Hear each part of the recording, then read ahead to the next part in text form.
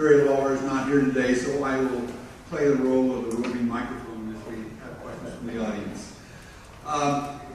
Several months ago at Chapman's Founders Day, Professor Julie Bidmead, who's right here, you'll hear from in a minute, made a presentation on archaeological excavations, which she has headed up for a couple decades in Israel.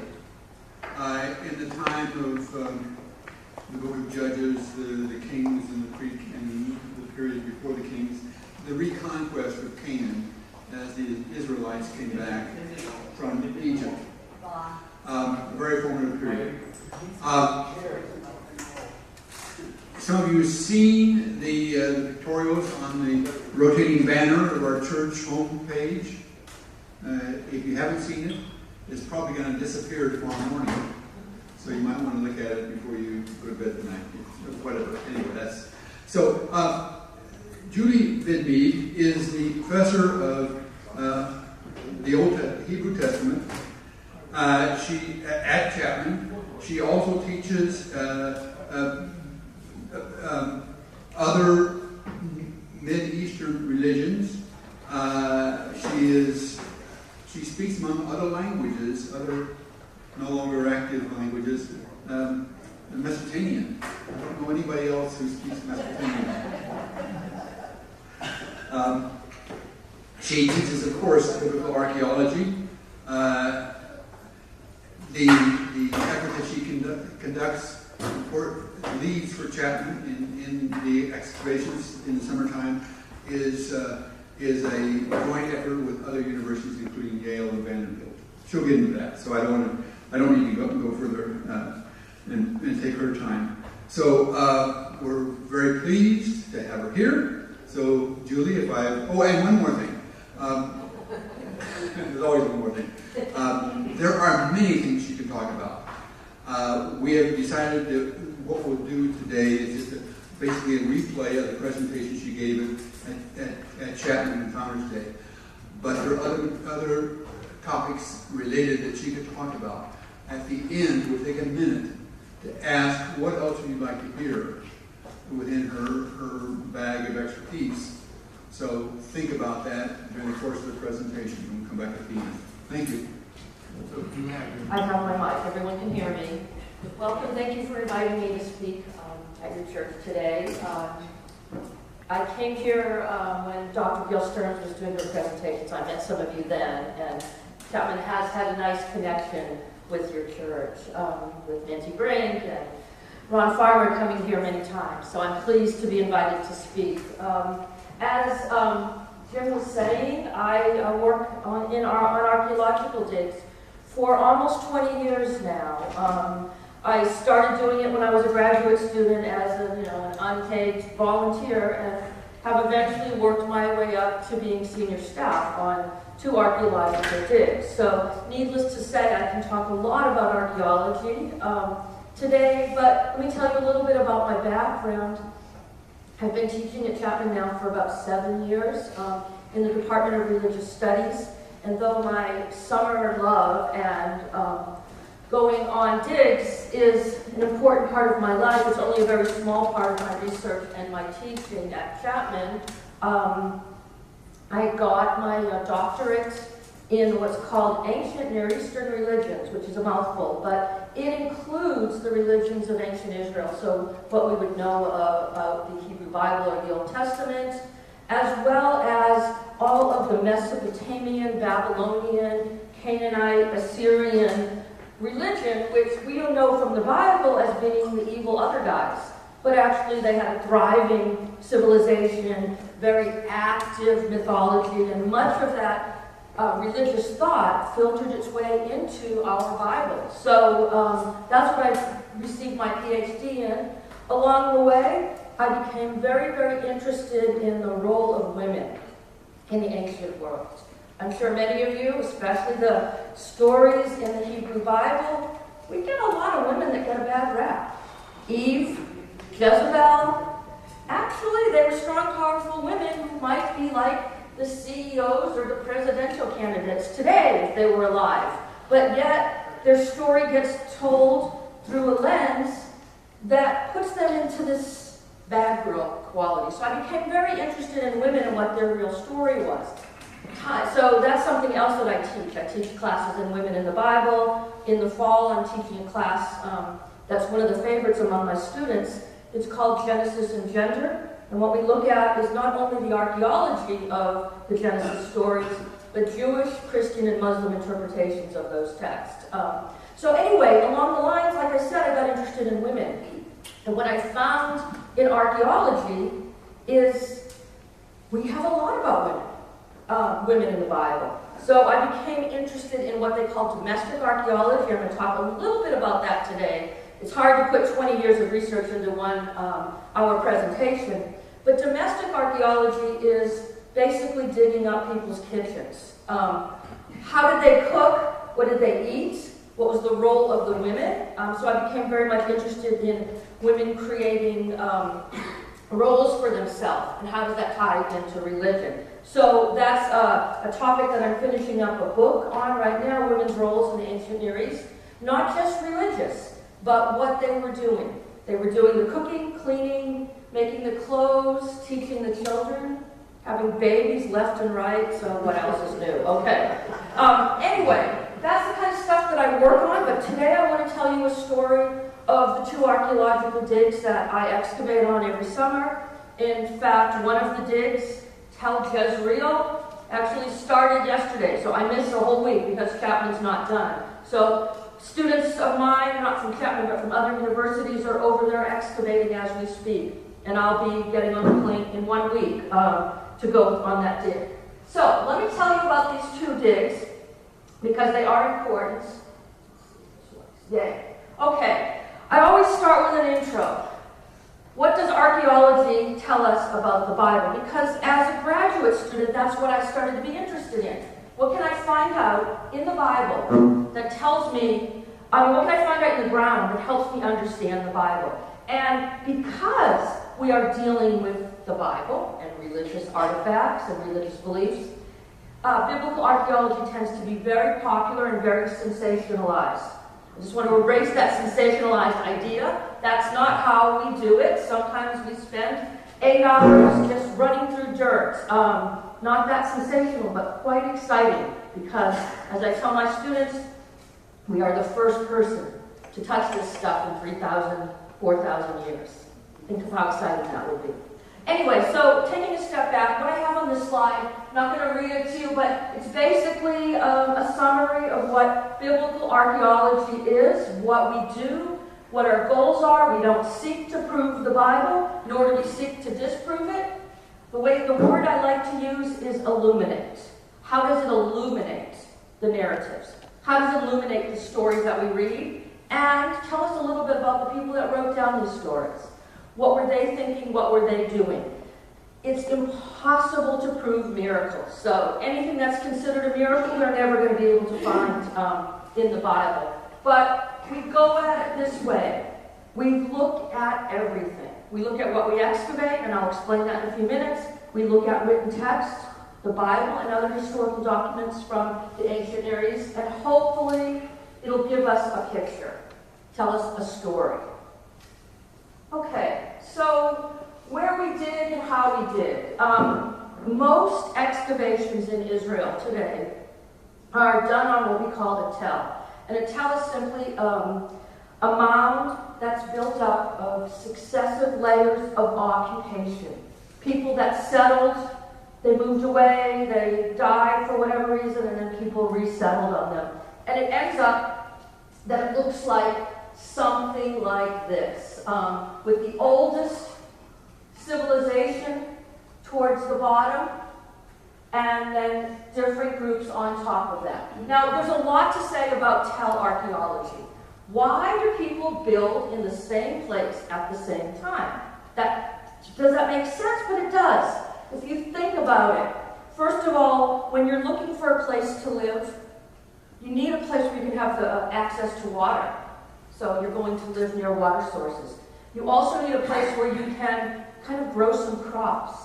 So that eliminates some of the places that you're going to settle.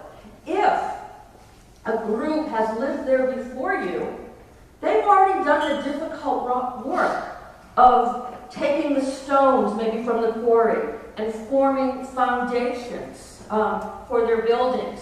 What they made their buildings out of is stone foundations layered with mud brick. So if you want to get an idea about bricks, think about the story in the Exodus and the Israelites having to build their bricks, and they were denied straw. What does that tell us? That tells us that straw is an important component in making bricks. And this way of making houses and constructing houses was done all over the ancient Near East. So they would pile these layers of mud bricks on top of their stone foundations and then roof it, and they'd live there for a while. Maybe they would die out for disease. Maybe they would decide to leave and find greener pastures. Maybe there would be war, but for some reason, that group of people would die out, their civilization and their cities abandoned, and somebody else might come and live there and say, oh wow, these people already did the hard work. We see parts of their houses, we're going to settle there. And then it repeats over and over again. And then over the course of time, with erosion and the mud bricks, sometimes they survive, but they're buried deep in the record. Sometimes they disintegrate. We keep building up and up and up until we have something that looks like a tell. When we go to excavate it, where are we starting? Obviously at the top. And we dig down layer by layer by layer by layer. That is why, for example, at the site of Megiddo, we have been working there for 20 years. 20 summers, and we still have tons of stuff to dig up because we're working from the top. And so that we never really get down to the bottom. That would take us many, many years. But every single layer tells us a story, and I'm going to explain some of these stories as I move on. Okay, so this is simply one picture of some of the things my students have dug up in the past 20, 15 years in order to tell the story of what's happening in the Bible. We find everything. Most important thing we find are pieces of pottery, as you can see up here in the hand. Hundreds and hundreds and hundreds and hundreds of shards of pottery are found every single day. Sometimes they can be put together and we can have a vessel formed. So here we have a couple of students have found pots and pans, if you will, vessels, jars. Other things that we find are small pieces of jewelry. My female students especially, and myself too, like to find jewelry. Beads, tiny, tiny little beads. Sometimes we find lamps. This thing right here is an oil lamp in the corner. You can see my thing. Other times we find bones. Here's a student digging up animal bones. We have found human bones in burials, but that's not my expertise, and I don't like finding dead bodies. Anyway, so these are just some of the things that we can find. And every single thing that we find tells a story. Every single thing is important in the whole story. So, what this means is, I dig up a piece of pottery. What does it tell me? That's where the fun part comes in. It comes into interpretation. Everything we find is subject to interpretation. So the reason I'm saying this is to be very careful. If you see something on TV, especially these sensationalized TV shows, wow, the nails from Jesus' cross have been discovered. Be very, very careful. There's all kinds of problems with that. Everything is subject to interpretation, and this is what makes it an academic discipline. I can find something and believe it's, I'll give you an example later on, a little pendant that I think is a Canaanite goddess. But somebody else can find that same thing and say, no, that's a pendant, it's a representation of a woman. So it's like a piece of artwork, a portrait that you might do of your wife. There's no proof one way or the other. It's our interpretation. So this is where archaeologists disagree, and this is where we get into our critical arguments. Okay, so with all that said, where am I going? This is is the Jezreel Valley. This is in the northern part of Israel. Has anyone been to Israel? Okay. Have you been to this part of the world? Part of Israel, the northern part. It is very, very nice to live there. The land is fertile. I often compare it to the Central Valley, where everything's growing. So the Israelites were not stupid. They wanted to settle there. They knew that this would be a place where they could grow their crops. So the sites that I excavate are Tel Megiddo, which is up here. This I've been working at since 1996, and then Tel Jezreel, a new dig we started in 2012. They are sister cities. They go together. They're both mentioned in the Bible, and they're like 15 kilometers away from each other. So I have excavated other places in Israel. I just don't have time to tell you all about that in this presentation. But this is where I spent the majority of my time. This area I know as well as I know, and maybe even better than Southern California. Okay, so the first place I'm going to take you is Tel Megiddo.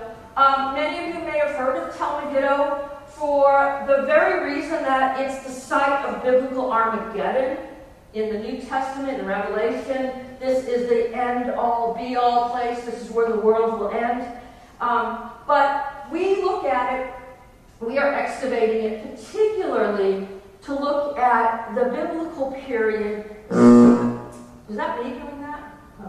That sound? Especially during the time period of, let's say, the judges, the settlement in the land, and then the divided and united kingdom. So the real heart of the Hebrew Bible period is what we look at there. Megiddo is famous also as being the place where King Solomon may have fortified this city, may have built stuff there. And that's why people were interested in this. Anytime a city in the Bible, anytime a site has some strong biblical significance, people flock to excavate there. Okay, this is a picture of Megiddo, Tel Megiddo. And what it looks like today, you're looking at a tell. You can see it's higher up from the top down.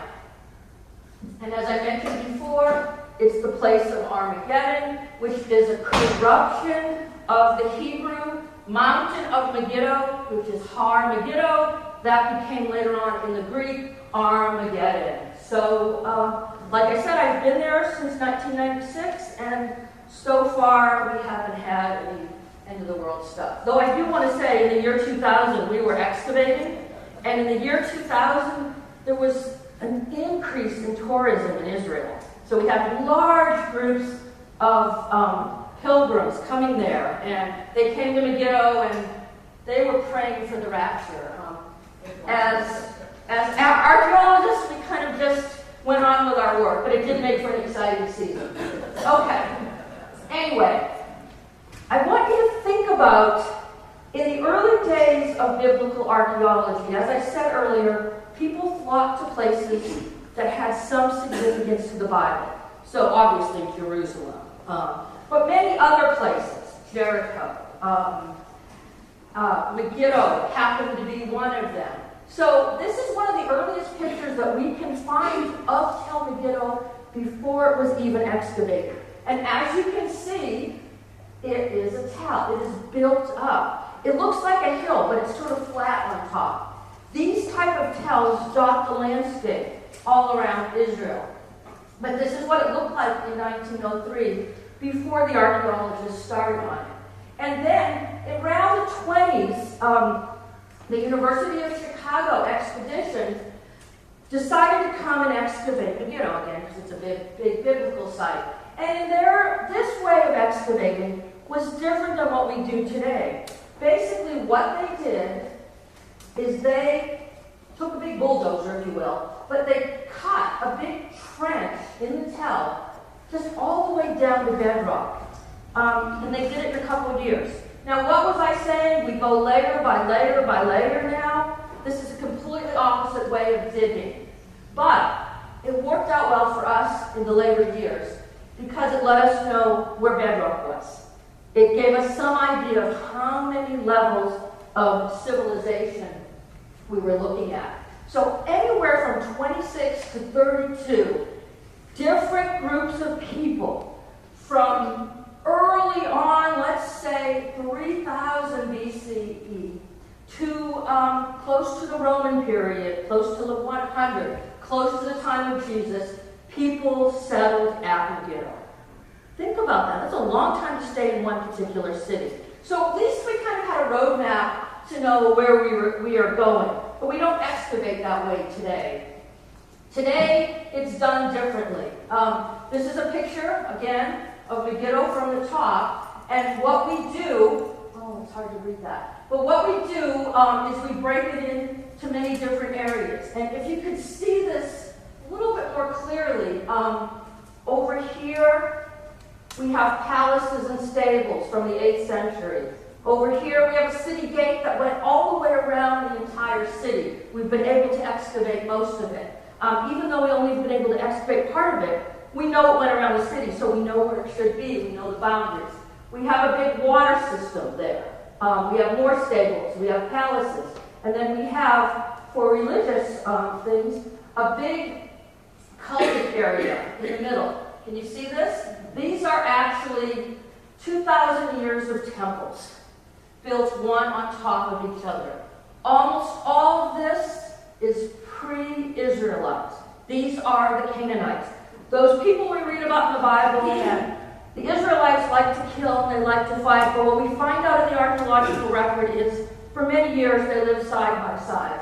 Anyway, this is our cultic, our religious area. And again, the same thing. They built their temples one on top of another. And we have found numerous things that tell us about the religion of ancient Canaan and ancient Israel here.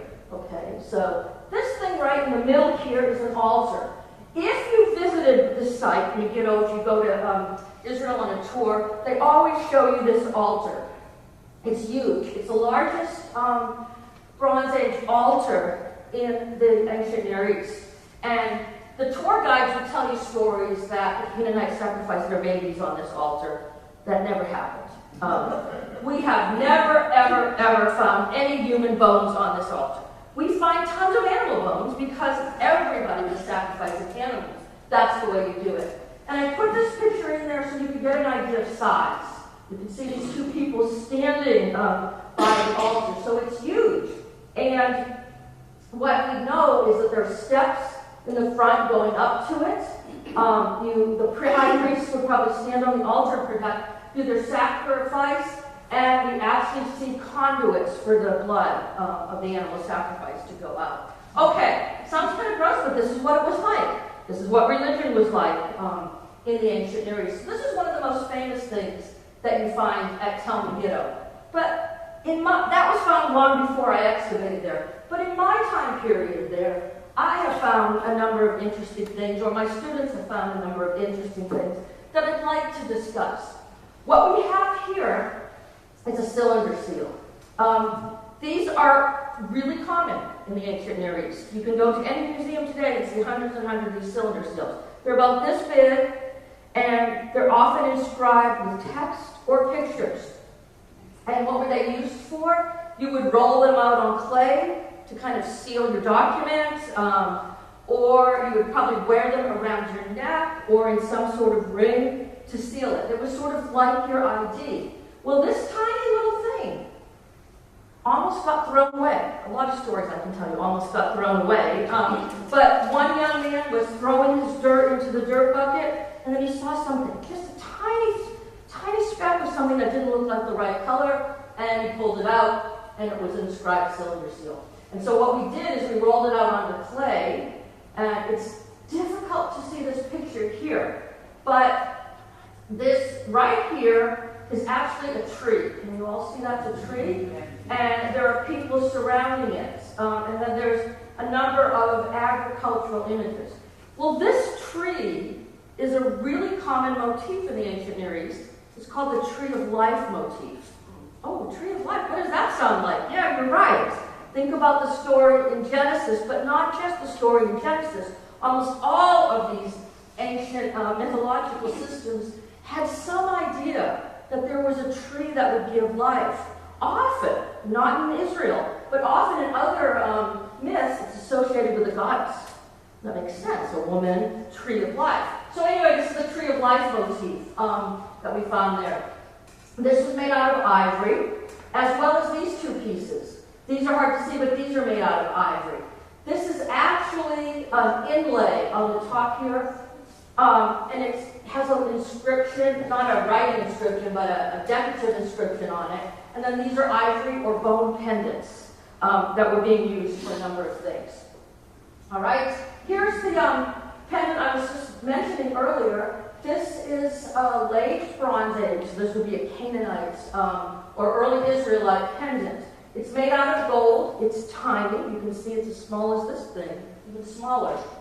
And it would probably be worn around your neck or hung up maybe over a crib if you were planning to have a baby or if you wanted to ensure that the goddess took care of your baby. And the reason why I would argue it's a goddess, but like I said, somebody could argue it's just a representation of a woman, is because it has a stylistic hair. It has breasts here. This triangle is very common in ancient art, called the pubic triangle, and it signifies fertility and women. And it's made out of gold. Everyday people did not have gold. So, anyway, a young student, a PhD student from Vanderbilt University found this on his very first dig, so he was very excited to find that, of course. In fact, the whole story is, I thought he was kidding me. He says, Julie, I found gold. Oh, and it's a goddess. Like, oh, you know I'm looking for goddesses, and you find me a gold one? But no, he really did. So this is it before, right as he pulled it out of the ground, and then we cleaned it up. Almost right after that, maybe a couple weeks after that, in the very same area, another woman, or a woman, the other one was a gentleman, this woman found this statue. This, again, is probably a representation of one of our Canaanite goddesses made out of clay. So we've started to see that we have a lot of indications of goddess worship at Tel Megiddo, which is something that we think the ancient Israelites did, even though they weren't supposed to be. It was one of the illegal practices. And then just 2 summers ago, we found another one. So holding it up, again, it has stylistic hair. You can see this kind of curls here and the body. So all of these were found in the late Bronze Age period, which corresponds to the Canaanite period and the beginning of ancient Israel moving in. Oh, that's better, thank you. Okay, I could tell you hundreds of stories of what we found in Megiddo, but this is our sensation. This one is our buried treasure. And what happens is when we excavate, every single thing is measured, recorded, drawn, photographed. When we find a complete vessel, as we did here, you can imagine that top on that, we take it out, we wrap it in foil, and we bring it to our laboratories. We don't do anything with it in the field. Once they take it into the laboratory at Tel Aviv University, that's the university I work with, they have people that do all kinds of scientific analysis. And sometimes it can take up to a year or two before they actually process all these findings, because remember, we're finding hundreds of things. Well, this to them looked just like, oh, it's a vessel. We're going to open it up, we're going to test the dirt inside and see if we have any seeds or anything that gives an indication of time period. When they opened up the vessel, what they found, it was sort of a nested vessel. Inside the outer vessel, there was this smaller thing in there. And this is actually a beer strainer. I know by the holes in it. There was a lot, beer and wine were like the beverage of choice, but this is a beer strainer. So they said, well, that's interesting. We have one vessel inside another. They poured out the contents of the inner vessel, and they found a piece of cloth. Cloth does not survive in the archaeological record very well, but they found a piece of cloth wrapped up in the inner vessel. They opened the cloth, and they found hundreds and hundreds of beads. Okay, this is what it looked like when they just dumped it out. But you can already see it's carnelian, gold, and silver. Hundreds of beads. They cleaned it up. Here's the beads cleaned up. It was carnelian. There's some lapis lazuli beads in there. Amber. And in addition to the beads, they found earrings. and rings. Gold earrings here, a ring with an inscription on it. As you can see, it's flat, just like that cylinder seal, so they would probably use that as an ID, press it into clay. And then this really unique looking earring that we've never seen one like it before. So we have this buried treasure. Here's a picture from the newspaper article that went out with this. I didn't know about this till a year later. We excavated it. I remember we dug up the vessel, we sent it to the lab, but we have hundreds of them, so it didn't make any sense. And then one of the dig directors called me up the next summer and said, remember this? We opened it up and we had a buried treasure. So people want to hear good stories about buried treasure. What does this tell me, though? I mean, it's exciting and it's wonderful. How can I build a story, or how can I analyze this? We don't know. All we can think about is perhaps a family, a very wealthy family, obviously, had to leave, and they hid their treasure somewhere. Or maybe this is like, how people hide their money in the cookie jar? Maybe this is where they kept their jewelry. Whatever happened, they never were able to come back and get it. But it did tell us the family must have had some wealth. Everyday people never wore gold and jewels like this. Anyway, so that was a real fun thing. So now it kind of set the standard. All the kids want to find buried treasures. But that doesn't necessarily happen. Okay, so that's Megiddo, and I worked there since 1996. And then I started, like I said, to become much more interested in women and household archaeology. So several of us got together and started a new dig at Tel Jezreel, which I showed you where it was before, but it's not too far from Megiddo. You can see Megiddo's up there, and there's Tel Jezreel. Tel Jezreel is known in the Bible for a number of things, but most importantly, it's known for this person, Jezebel. Everybody ever heard of Jezebel? Poor Jezebel ends up becoming the most maligned woman, I think, in the Hebrew Bible. Granted, she did things she shouldn't have, but she is a famous character, so everybody wants to excavate Tel Jezreel because they want to find Jezebel.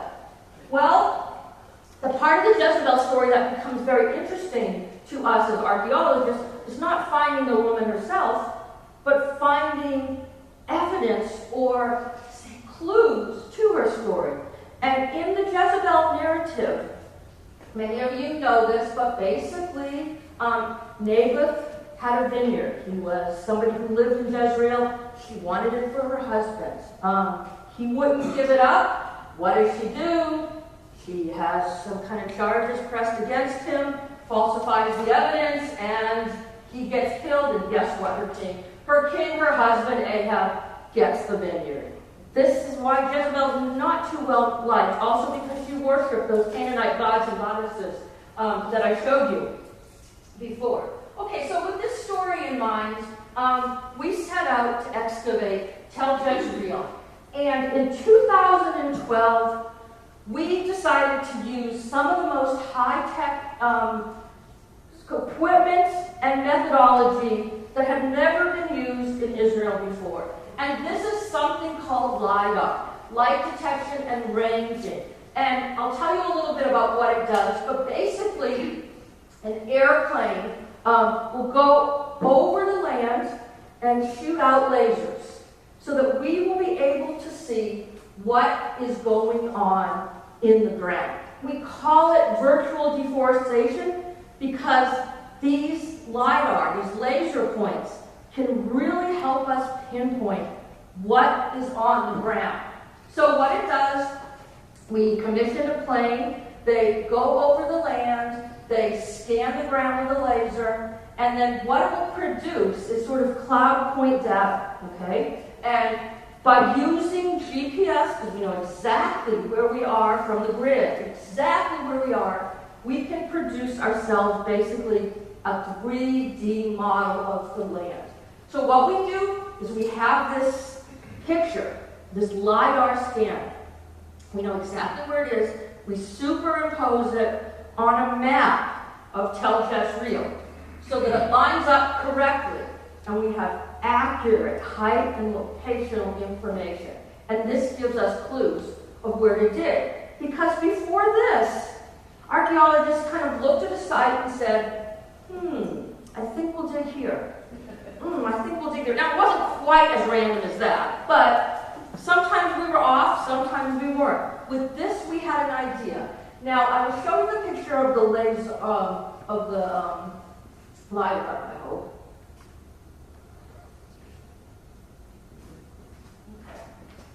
There it is. Now, just watch it carefully.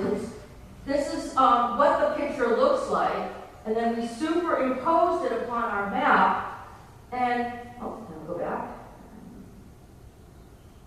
Previous. We superimposed it upon our map, and you can see there's some places that look darker or look like something's built up on it. It's hard to see, and I really had to learn a lot about how to read these maps. But basically, it gave us an idea of where to start. So once we had our LiDAR scan and our map, we had our handheld GPSs. We went out into the ground in the summer of 2012, and we did what's called a survey. It was probably about 15 of us, and literally, we climbed into caves. We went under barbed wire. As you can see, this goes climbing into barbed wire.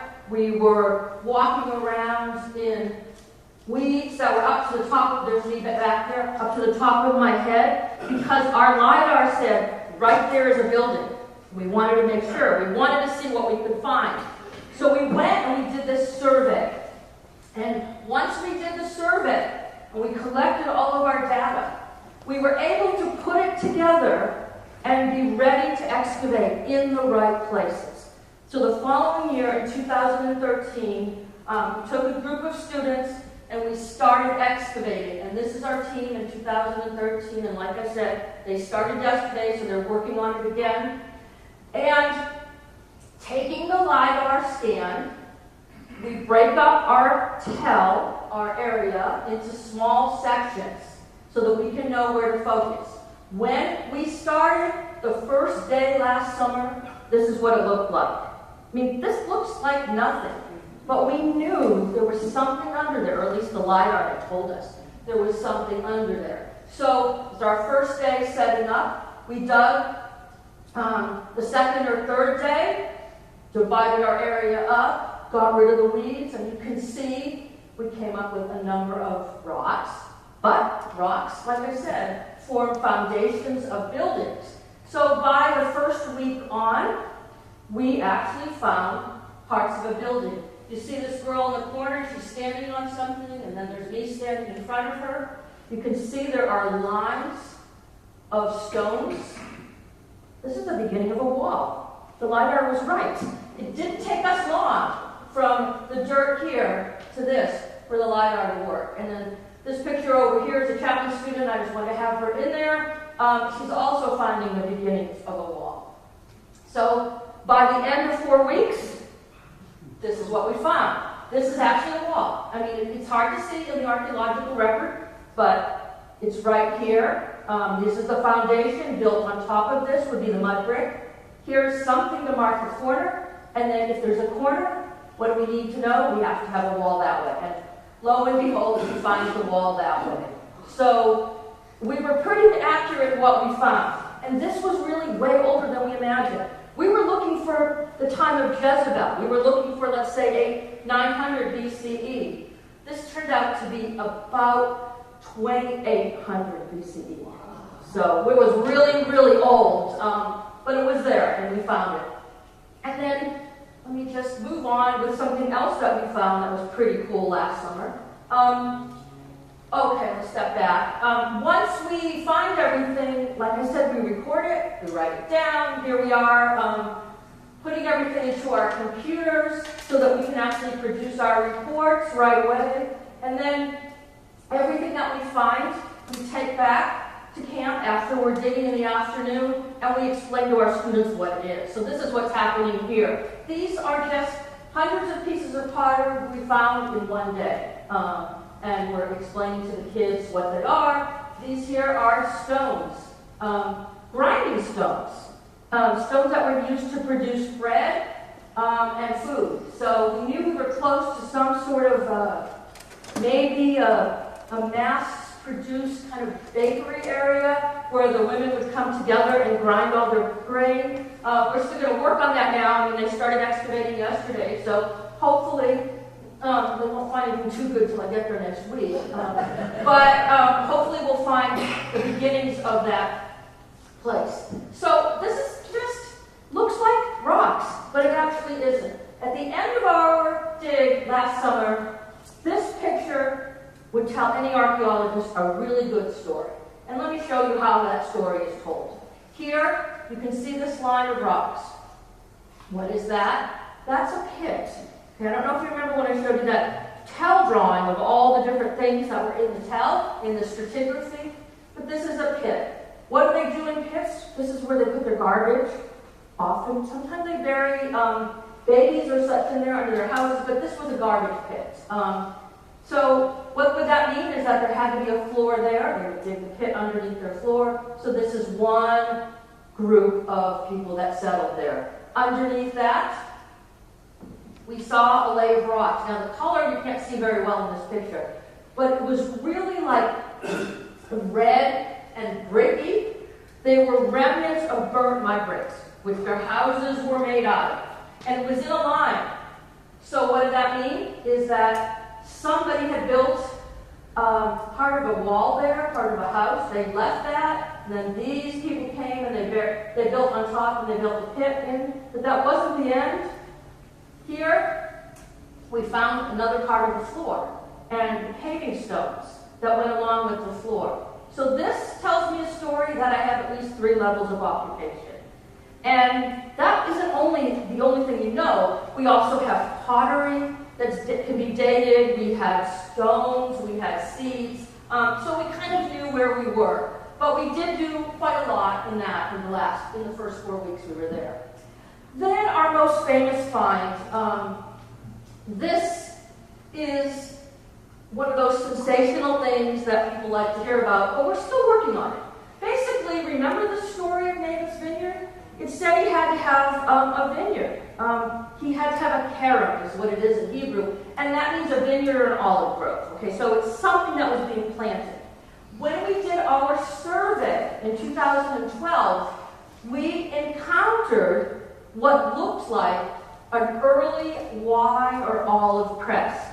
The procedures for pressing grapes and olives are very similar, and they often use the same structure to make both, just different times of the year. So we found this thing, and we knew right away it was a wine or olive press, but we didn't know the date of it. And this is a vat, and these are round holes, and there's conduits where it would all go through and it would flow out. Okay, so we saw this, and we had to leave it till we could excavate it the next summer with an idea this could be something important. And we excavated it, and we found out that it's probably from the Iron Age, so that would be anywhere from 1,000 to 600 BCE. And Christianity Today last year actually said it was the ¡2 archaeological find ever, because they immediately said, Jezebel, Ahab, wine press, this is it. These people at Jezreel have found evidence of King Ahab and Queen Jezebel. We aren't saying that. We're saying we found a vineyard, we're saying we found a wine press in a place where this story might have happening, but we aren't saying who it belonged to, and we're dating it. So just for before and now, this is what it looked like when we first found it. You can tell it's something, but you don't know what. And then they excavated it for 4 weeks last summer, and you can see they cleaned it up more. You start to see the conduits and everything. And they kept digging. We got a picture of a lady sitting deep in it. There she is. See how deep she is in there? Excavating the bottom of it. So anyway, this was our most famous find, and we've only been working on this site. We've really only been excavating for 1 summer, so it's pretty good for 1 summer. So that's it. I'm going to end just leaving these exciting stories in your mind. And we have time for questions. Do I have time to do questions? Order. Oh, good, okay, good. I wanted questions and other things, because, yes. So how do you, how do you keep it protected while you're not there, or is somebody digging on it while you're? That's an excellent question. Yes, nobody is digging on it while we're not there. We only dig in the summer, and so what we do, it depends on the dig. Talmaditto is actually a national park, so it's maintained by the National Parks Authority. What we do, though, is our excavation areas are off limit to the public, so we build a fence around them, a temporary fence, and then we cover them with something. Other times, we actually have to backfill. So we've dug for 4 weeks and then we dump dirt back into it. Now that sounds horrible, it's not as bad as it sounds. We know where we ended up, and the dirt that we go through we know is backfill and we know what it looks like. But that's how we protect it, and sometimes it depends on the weather that year. If it's a really rainy winter, it could be a big mess. So almost the first few days of a new dig when you start is cleanup from the winter wash and all of that. But we have to protect it. Otherwise, somebody would go in and vandalize it. Even every single day, because we don't live on the Tell, we later live on kibbutz or various places. We actually have to cover everything up and put rocks on a big tarp to keep it there and hide things because, you know, let's face it, there are people that want to steal things. So, and if there's anything really famous that we find or valuable like gold or pottery, we have to get it out that day so somebody wouldn't come steal it. We use the microphone because we want to get the question on the record, recorded. So here's next with the question. Wait for the microphone. Do they charge you for all this so that we didn't have to pay for it? Who do you mean they? Who's they? Who? For doing all of this? Yes. Yes. Yes. Okay. Funding. First of all, in Israel to dig, you have to get a site license. So we have to pay for a site license, and they don't just give it to anybody. You know, you have to have credentials. And then what we do is we try to find grants to fund this. We have consortiums of universities, of which Chapman is one, Vanderbilt University, George Washington University, you know, various universities, and then they pay a fee to join. Their students can come excavate, and then we charge the students a fee for them to come. It's a minimal fee, but you know, they're paying to work. They don't realize that. They're just excited to be in Israel. But they get credit for it. We get academic credit, and that's how we're able to pay for this. Many times we are operating in the red, but it's fun, you know. I just want to know, how do you timeline these things that you know it's 700,000? Dating. How do you date? I could have talked a lot more about that, but I will just tell you in a nutshell how we date. First of all, the very first thing we know is that pieces of pottery, shapes of pottery, change throughout time. So people that have been excavating in Israel for 100 years have collected thousands of examples of pottery. And they're able to come up with a pottery typology. So the way I explain it to my students is think about the evolution of the Coke bottle. Okay? No, but it works. Think about what a Coke bottle looks like and how it changed from like 1890 when they first invented it, and then it moved on, and then in the 80s we got like the 2-liter bottles, and then we moved on. So a piece of Coke bottle can help you date an entire house.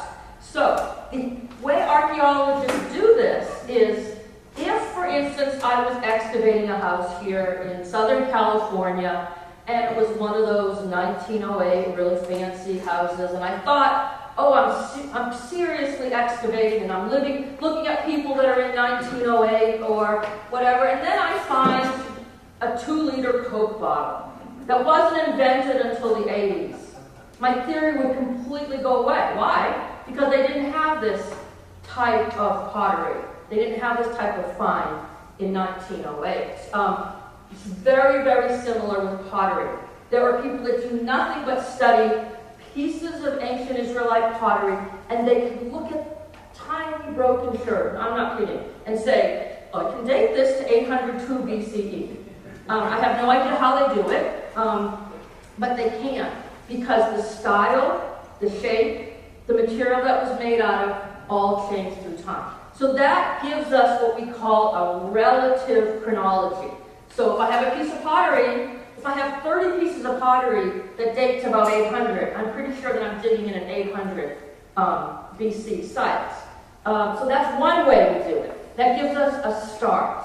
Then we have to use comparative evidence. So Megiddo and Jezreel are sister sites. They're not that far away. If something has previously been dated at Tel Megiddo by pottery and by other scientific means like carbon-14 dating, inscriptions that we can actually date to a time period, and I find an object that looks almost identical to the one that was found 10 miles away, I'm pretty assured that I'm in the same time period. Okay, so that's that. And then we also, like I said, carbon-14 dating, bones, seeds, anything that's ever been alive, we can get roughly a plus or minus 50 years date. Still not close enough for the Bible, because the Bible has these exact dates. But it's a number of things, and then the last thing we do is look at texts. So if I'm excavating, we find that vineyard, that wine press, and we can date it to 800 BC, which we quite haven't dated it to that yet, but let's just pretend that they find something and they're dating it to that. Then we look at the Bible and we go, oh goodness, we have a story that talks about a wine press. So we put that all together and we date it. But as you can see, all of this could fall out and none of it could be accurate. So it's kind of a guess. But we think we're okay with most of it. Does that make sense? Yeah. Every year, BAR lists a lot of digs that you can volunteer to go on. Is your dig listed in that? It's listed in there. Both digs Megiddo and Jezreel are listed in BAR. So we get students from that magazine, from BAR. And you can get retired people that also show up, right? In fact, this summer at Jezreel, yes, we have a very small crew. I think we have like 30 that are going, and we have the over 50 club, which is most of us. So I have several, we have several that do that. But yeah, BAR is Biblical Archaeology Review. They list the digs. This is how we get people that aren't associated with our universities to come dig. And BAR also gives dig scholarships to students. And so the Chapman student that I showed you in the picture last summer, she got $1,000 from BAR to go over and excavate, and then she gets featured in a magazine story. It's a good thing for students, plus it helps pay. So it's a recognized dig in all of those ways. But if you're interested, give me your number. So yes, I think I was at an event at Chapman, and I actually was sitting at a table with one of the Holocaust survivors, because we have a big Holocaust center at Chapman, and how old was he? About 85? He wants to, he and his wife want to come dig. So just all ages. My 16-year-old niece came with me one year. So we have all ages. And the older the better, you work harder. Students like to go and party at night, and they have a hard time getting up to be on the field at 5 a.m. But most of us wake up that time anyway, right? So if we slept, yes. Any other questions? Oh, yes. This one has to do with present time. I noticed the people on the site are not wearing protective hats, and they have their arms and shoulders exposed to the sun. Good. Isn't that a health problem? It is a health problem, and what it didn't show you is we have tarps over everything. So if you're under the tarp, you don't have to wear long sleeves, and I like them to keep their hats on, but some do and some don't. But anytime they're outside of the tarp, they have to be covered up. So this tarp protects us. Also, the pictures may have been taken earlier in the morning when the sun wasn't as bad, because we do start at 5 a.m. But anytime we're outside of the tarp, or anytime, let's say, after 11 o'clock, I'm really insistent they cover up. So yes, that's exactly right. And it does get hot being that covered up. I tell the students, bring light little tops to go over your tank tops. And they're loaded up with sunscreen. Oh my goodness. I'll spray them as they go along if they don't have sunscreen. And when you're in your early 20s, you think you're invincible. What? Yes. You're invincible. I know. Do you ever have any conflicts with, I don't want to say terrorists, but, you know, in that area? That's a very good question. And I've been traveling to Israel every summer for almost 20 years. Never had any conflict with terrorists or anything like that. One thing we sometimes come into conflict with is that the Orthodox Jewish population does not like us digging up bones because this is desecrating the dead. So a few times on my archaeological digs, we have actually found human bones. If this group of people knew we found human bones, they could actually petition to shut down our dig until we can prove those bones are not Israelite bones and give them a proper burial. So the only little conflict that we had is in one site I dug at. It was southern part of Israel. I think it was around 1999. And I kept coming up with body after body after body, and I hate digging up dead bodies. It's not my thing, because you have to be real careful and whatever. And so what we had to do then is we had to file a formal report and immediately get these bodies out of the ground for another burial. But it was nerve-wracking. We had to hire a guard to stay on our site all night in case somebody came and tried to desecrate or destroy our dig. The bodies, by the way, were about 100 years old, so they were sort of Bedouins that had settled there and had buried. There was no problem. Also, in some of the years of conflict or fighting, not that we've ever had a problem, a couple times, in order to pacify the American universities, mostly who they're afraid, we hired security guards to stay at our site while we were digging. But it was a joke, only because these guys would be sitting under a tree asleep with their guns. I mean, what? They wouldn't have helped us if something happened, but nothing has ever happened. I was even excavating in, I don't remember what year, they all blend together, but Israel had the war with Lebanon not too long ago, maybe 2006, and there were rockets and bombs going off not too far from us. But if there wasn't news and internet and TV, we would have no clue there was a war going on out there. So that was the only kind of conflict we had, and that was sensationalized, of course, because it's war in the Middle East, and so many of the students' parents made them go home. But so far, I haven't had anything like that. The worst danger we have is when the young people get dehydrated or drink too much alcohol the night before. Because, you're working in the hot sun. You just can't be that way. Over here. Do you have a title for your upcoming book? And if so, when do you think it will be out?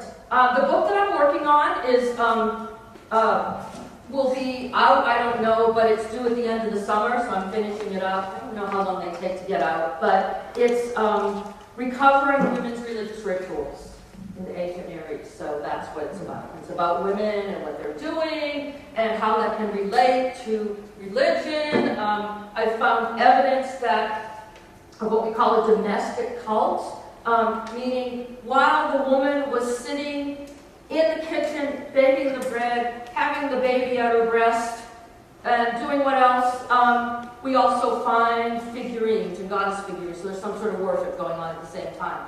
It sounds kind of strange, but these women, especially when we move into the Israelite period, but also in Mesopotamia too, who was in charge of the temples? Who were the priests? How far away were the temples? Women couldn't go to Jerusalem, for example, for the big 3 pilgrimage festivals. Why? Not because God didn't want them to go, but they were too busy at home, so they had to have their own way of worshiping. So that's, I will let you all know when it comes out, for sure. Do you happen to know which group found what they call the Jesus boat? Oh, the Jesus boat, yes. The Jesus boat is phenomenal. If you go to, have you seen the Jesus boat? If you go to Israel, you have to see it. The Jesus boat was found by accident. Okay, what it is, it's a first century fishing boat.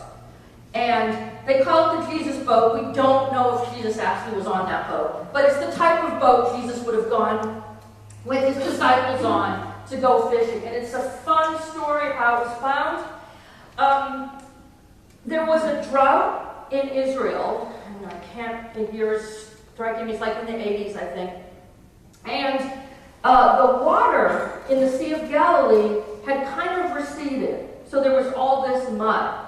A nearby kibbutz, two brothers, kibbutzniks, that lived on this kibbutz, kind of amateur archaeologists, but really good guys. They were out driving around in a four-wheel drive, and they saw something sticking out of the ground. Now remember, the Dead Sea had, not the Dead Sea, the Sea of Galilee had receded, so nobody had been in this area for many, many, many, many years. Luckily, they knew that it was something important. They didn't try to dig it out themselves.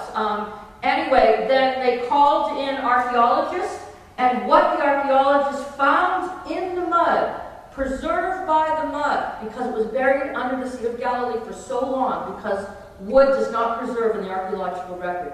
They found an entire first century fishing boat. But the story doesn't stop there. If they had pulled it out of the water, out of the mud, they would have lost it, would have disintegrated. So they came up, and it took them, I think, about 12 years to literally get it out of the mud. They covered it in some protective foam. They took it to the nearby kibbutz. They had it buried kind of in salt and water to study it. And eventually, by dating the pottery that was found with it, the different types of wood, the size, they said it was a boat that was able to fit like about 13 people in it. When you saw it, was it in the water or was it in the museum? Yes, and then they moved it to the museum, and it's a beautiful display. Now, I go to see it almost every year. I take my students because it's such a cool thing to see. One year, I was there with my group of students, and I recognized the man by sight. I'd never met him before, but he was one of the kibbutz brothers that found the boat. Oh, and so I tried to tell my students how fabulous this was, but they were like, whatever, they wanted a gift store. But it's a nice gift store, I do agree. But anyway, so I asked him to recount the story, and it was just so nice doing that. So it's a wonderful, wonderful thing, and it's probably one of the most famous finds in Israel.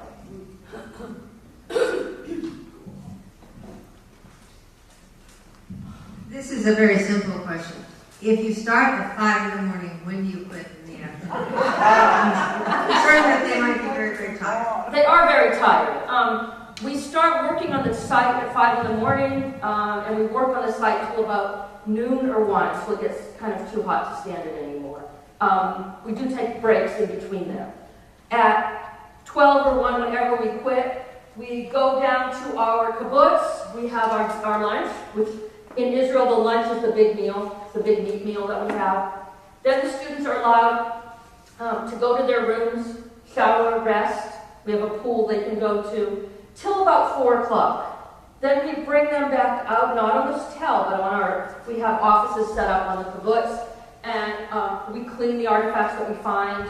We analyze them. We look at them. We teach them things. We have workshops. Then we have dinner, and then we give them an evening lecture. So they're not done till 9 o'clock at night. Then I go to bed, and they go to whatever they do. So we have it's on a kibbutz. It's very, very safe. They can't get off of it, but they usually have pubs or local gathering places where the kids just get together and settle. But it's a very full day. On the weekends, we take them on field trips.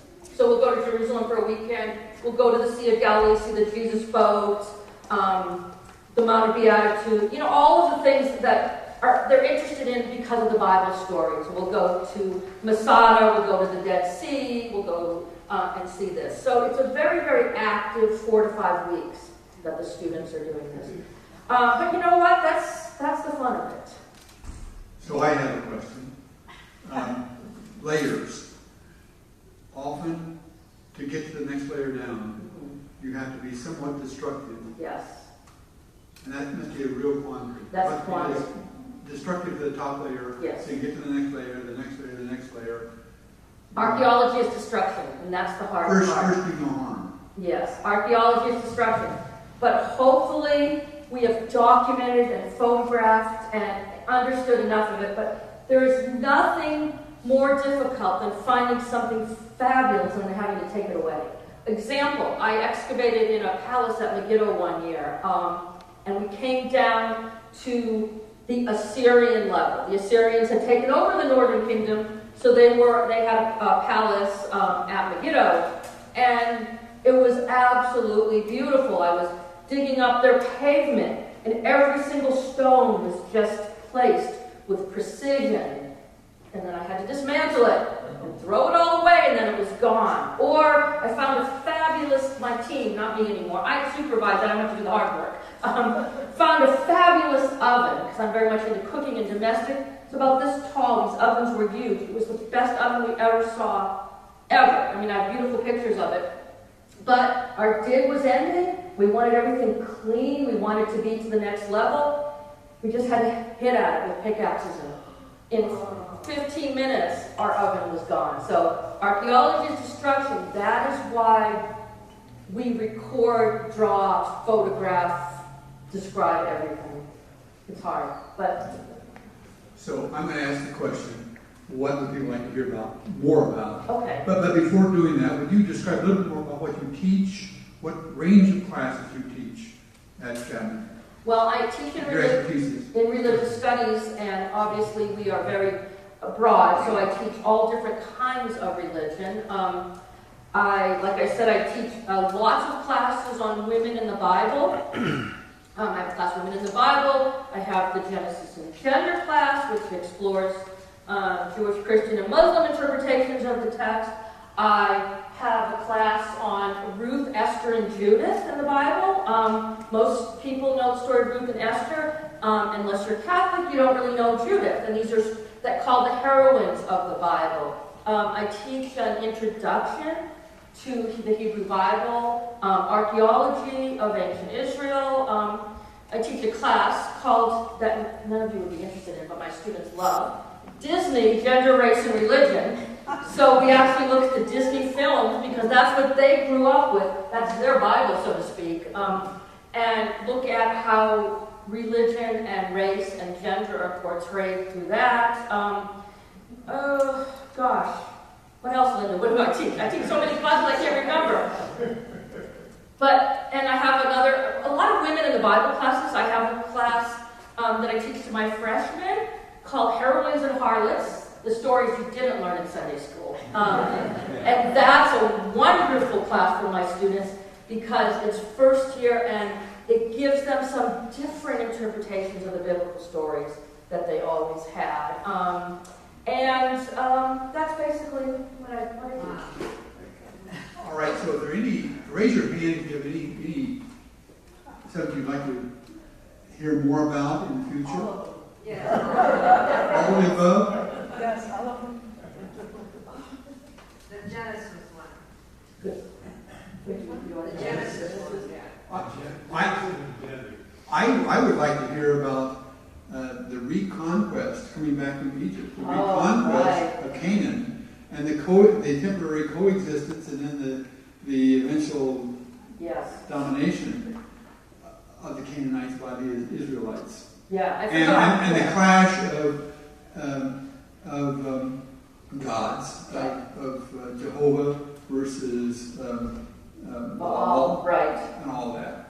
I forgot I'm teaching that class this semester. We have finals this week coming up, so I've lost my mind kind of. But I have a class in ancient Near Eastern mythology, and first they read all the Mesopotamian myths, like the flood myth, the Gilgamesh. Then we read the Canaanite myths, and all of a sudden their eyes are like, wow, this relates to the Bible. So that's there. And in the archaeology class that I teach, they actually have to make a debate whether the Exodus happened or not, according to the archaeological record, or who settled in Israel, the Canaanites and the Israelites, which came first. So I can talk about any of those things. Just So let we you can know. tie the myths of other Myths, yeah. religions, other areas. Good. Yes. You put in the flood net. So we'll. Okay, but thank you, that was wonderful speaking to you.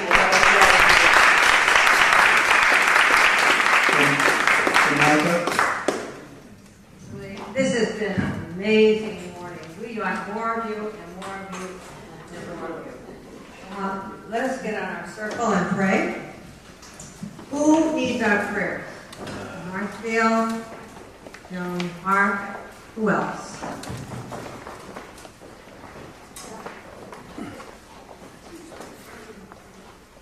Next Sunday, we're going to have some people talk about how proud they are of their children. High Sabbath, Charlie Saunders,